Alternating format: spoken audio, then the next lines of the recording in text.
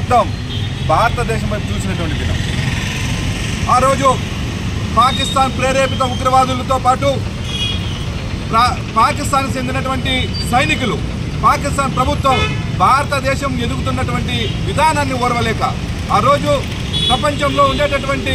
అనేక మందికి మార్గదర్శకంగా ఈరోజు ఏ విధంగా నరేంద్ర మోడీ గారు నిలుస్తున్నారో వారి గురువు గారు అయినటువంటి వాజ్పేయి గారు, మన రాష్ట్రపతి అయినటువంటి అబ్దుల్ కలాం గారి యొక్క ప్రణాళికలో దేశం అభివృద్ధి చెందుతున్నటువంటి విధానాన్ని ఓర్వలేనటువంటి ఆ రోజు పాక్ ప్రభుత్వం భారతదేశాన్ని ఏ విధంగా అయినా సరే దెబ్బ కొట్టాలనే ఉద్దేశంతో ఆ రోజు మంచు కొండల్లో కనీసం 2000 అడుగులు ఉన్నటువంటి మన యొక్క ప్రాంతానికి వాళ్ళు ఇచ్చేసి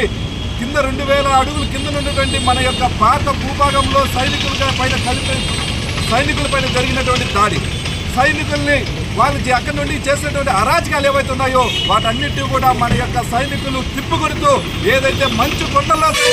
వారిని ఎక్కడైనా తరిమి పాకిస్తాన్ వరకు వెళ్లే విధంగా ఆ రోజు మన సైనికులు చేసినటువంటి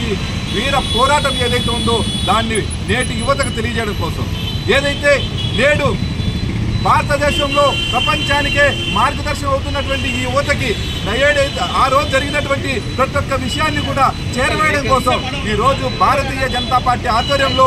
దేశవ్యాప్తంగా భారతీయ జనతా యువ మోర్చా ఆధ్వర్యంలో ఈ కార్యక్రమం చేపట్టాలి. అదేవిధంగా చేపట్టడమే కాదు, ఆ యొక్క అమరవీరుల కుటుంబాలను మనం వారి యొక్క ప్రగాఢ సానుభూతి తెలియజేయడం, ఈ యొక్క యువతకు ఆ యొక్క వీరుల యొక్క స్ఫూర్తిని నింపడం కోసం ఈ రోజు ఈ కార్యక్రమాన్ని చేపట్టడం జరిగింది. అందులో భాగంగానే మదనపల్లి పట్టణంలో సైతం ఈ రోజు భారతీయ జనతా యువ మోర్చా ఆధ్వర్యంలో ఈ కార్యక్రమం చేపట్టడం జరిగింది. ఈ కార్యక్రమాన్ని విజయవంతం చేసినటువంటి భారతీయ జనతా పార్టీ కార్యకర్తకు పేరున ధన్యవాదాలు తెలుపుతూ జోహార్ కార్గిల్ అమర వీరులకు,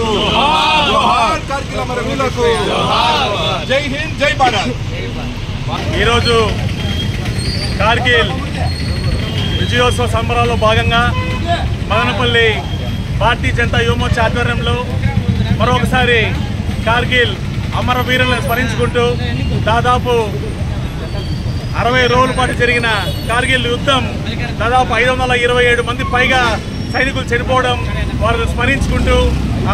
వీర మరణ త్యాగం చేసినటువంటి కార్గిల్ సోదరుల్ని స్మరించుకుంటూ ఈరోజు విజయోత్సవ సంబరాల్లో ఒకసారి భాగంగా మదనపల్లిలో జరుపుకోవడం జరిగింది. అదేవిధంగా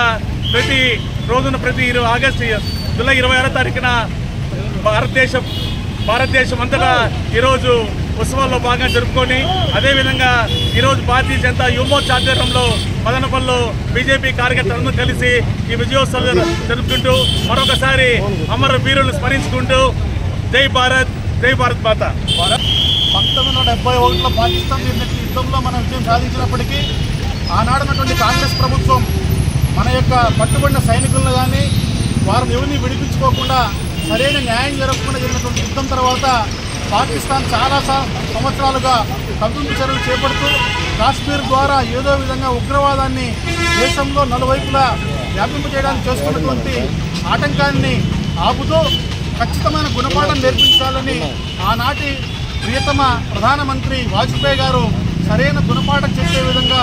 కార్గిల్లో వీర మరణం పొందినటువంటి సైనికుల యొక్క త్యాగాలని మనం భారతీయ పౌరులుగా ఈరోజు క్షేమంగా ఉన్నామంటే కేవలం సైనికులు చేస్తున్నటువంటి త్యాగం వల్లనే అనే విషయాన్ని గుర్తుంచుకొని ప్రతి సంవత్సరం భారతీయ జనతా పార్టీ విజయోత్సవ సభల్ని వారి యొక్క సేవల్ని స్మరించుకుంటూ జరుపుతున్న కార్యక్రమం ఇది. ఆనాడు వాజ్పేయి గారు చూపించినటువంటి బాటని నేడు నరేంద్ర మోడీ గారు కాశ్మీరు ఉగ్రవాద స్థావరాలపైకి ఏకంగా దాడి చేసి ఆనాడు మనం కార్గిల్లో విజయం సాధించినప్పటికీ అగ్రరాజ్యాలు కొంత మన పైన ఆంక్షలు పెట్టారు. కానీ నేడు నరేంద్ర మోడీ గారి నాయకత్వంలో ఆంక్షలన్నింటినీ దాటుకొని ప్రపంచంలో అగ్రజాల దేశంగా మనం వెలువడుతున్నామంటే భారతదేశం యొక్క రక్షణ విధానం ఎంత పటిష్టంగా ఉందనే విషయాన్ని ప్రజలందరూ గుర్తుంచుకొని వారి యొక్క సేవలను వారి యొక్క త్యాగాలను మరొక్కసారి గుర్తు చేసుకుంటూ భారత్ మాతాకి జై.